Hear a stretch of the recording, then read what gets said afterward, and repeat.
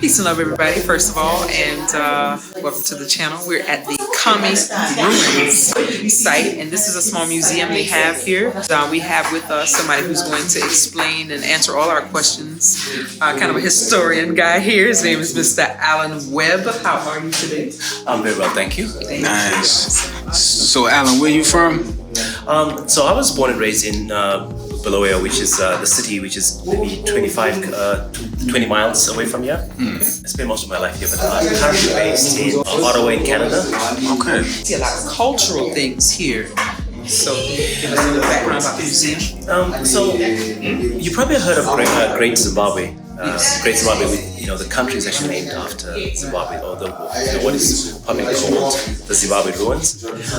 So there was a series of city-states, all over the country, throughout most of southern Africa. And so this place you see, this Khami Ruins, it rose about around the 15th or 16th centuries. There was a lot of iron ore and a lot of minerals in this area, and so there was a huge settlement of people. They used the natural stone, to fortify the residences. As you can see, the models here.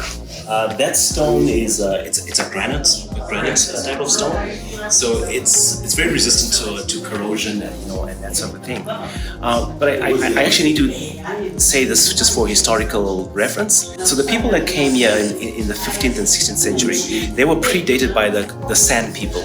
So the Sand people, which people would call Bushmen. I don't know if anybody remembers The Gods Must Be Crazy, the Hollywood movie. So those were actually the original people of this region, going throughout South Africa and most of Zimbabwe and Botswana. But when we had the Bantu migration, so we had the Bantu Africans coming from Central Africa, today's Congo, Kenya, Tanzania. So when they came down, these African people were taller, larger, stronger, and more warlike, whereas the San were more of hunter-gatherers. So they were displaced, and so they were pushed more into the desert areas. But these people here that created these ruins, they were called the Rosby people. So it was called the Torwa State, and there've been movies about how this was built. There were theories that some Caucasians could have done this, Africans could not build this. How could they do this without power tools, without equipment? So there were a lot of theories, and there's one theory that the biblical King Solomon, there was a lost tribe of Jewish people that came and built all this.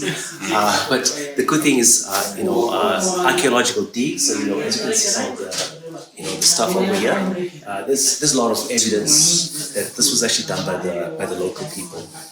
Yeah. So I'm going to just stop a little bit, and if you have any questions to ask, you just feel free to ask. It makes sense because through our travels, we've seen people on the continent still building homes or houses by their hand, like breaking stone. We're actually seeing this. You're breaking the stones. You're mixing the concrete and cement with your hands, like in a big container. But so I can believe that they have the skill and the ingenuity and the experts to do this. So this is amazing. So can you just share with us some of the things we're seeing in the displays? Like the tools, I see the tools there. Yeah. So the other thing too is, contrary to what a lot of people think, that when the Europeans came, maybe in the late 18th and 19th century, this is where trade opened up. Not so. The African people here in the southern part of Africa were trading with the Portuguese. So they were like equal partners, So this is in time before the slave trade. So they were trading, and there was a lot of gold here. There still is a lot of gold. And so China at that time, had a huge appetite for gold. especially gold coming from here. So there was gold, and then so in exchange. So for example, do you see that pottery there? That probably came from China. That probably came from China. So there'll be pottery and some beadwork or glass that come from China. And so what they did is, because the Africans here do not have ships, they didn't have sailing ships, but the Portuguese had sailing ships, and the Arab traders also had sailing ships. So the Arabs and the Portuguese were like middlemen. So that they would come with the goods from China, India, and other parts of the world, and there would be an exchange. The other thing too is this group of empires, which stretched from Great Zimbabwe, this part of Zimbabwe we are in right now, to parts of northern South Africa, it was a very powerful group of city-states. They could not be enslaved easily. They could not be defeated, and this happened for a long time until around the year 1670, when the empires started to weaken. As happens with most empires, they weaken internally, and so when there was those fissures, unfortunately, it allowed the Portuguese to come in, take sides, provide weapons to factions, and so that's when the Portuguese foothold started to come in, and then at the same time, slaves started being taken from this part of the world. We know this happened in a lot of places, a lot of countries. What do you think is the collapse or the cause of the collapse of many kingdoms?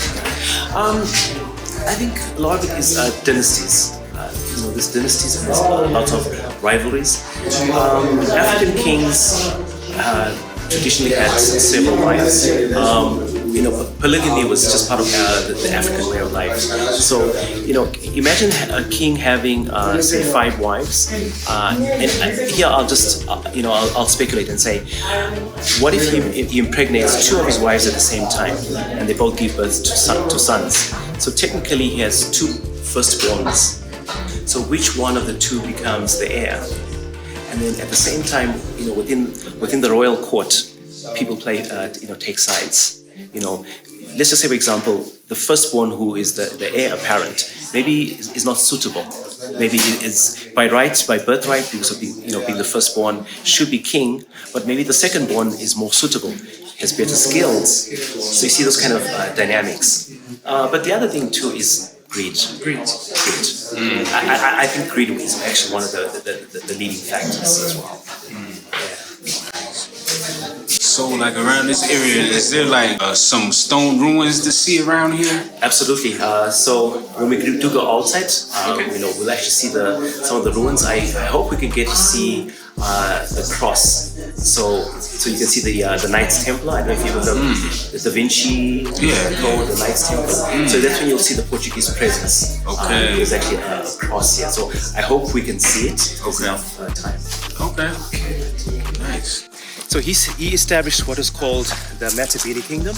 Matabele Kingdom. Wow. Or more commonly known as the Ndebele Kingdom. Ndebele? The Ndebele Kingdom. Ndebele. Yes.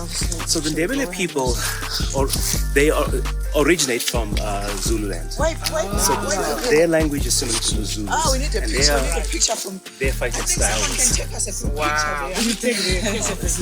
No, sir. The difference between Khami and Great Zimbabwe is that Khami we have retaining walls, meaning to say it's a face, then a platform. Wow. The houses were on top.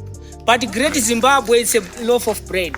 It's a wall which is almost 7 meters width, 21 meters conquer 20. And so after the place was burned down, the Europeans built a parliament building there. So I just want to talk a little bit about this. Okay. So this cross here, there's a theory that the Knights Templar